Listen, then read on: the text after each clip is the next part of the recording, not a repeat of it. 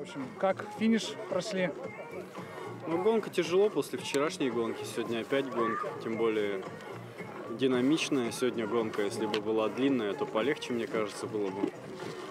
Ну, а так, в принципе, я говорю, вчера проиграли Большунову, сегодня проиграли Большунову. Ну, в форме человек, так что...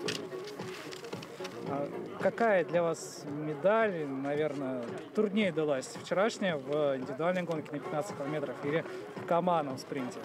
Да, тут, наверное, тяжелее психологически сегодня, потому что понимаешь, что ты бежишь не один.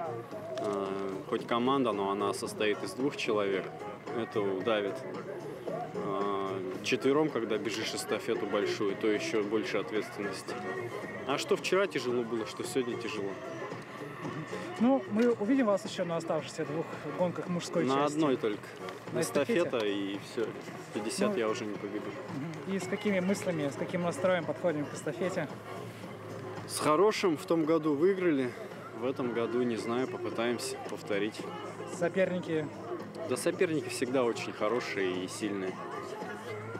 Тюмень, скорее всего, первый главный соперник. Тюмень, в Сыктывкаре, сыктывкарцев невозможно обыграть.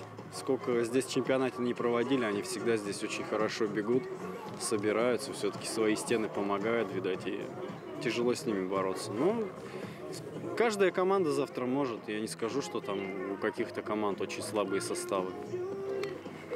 Все будет зависеть от состояния.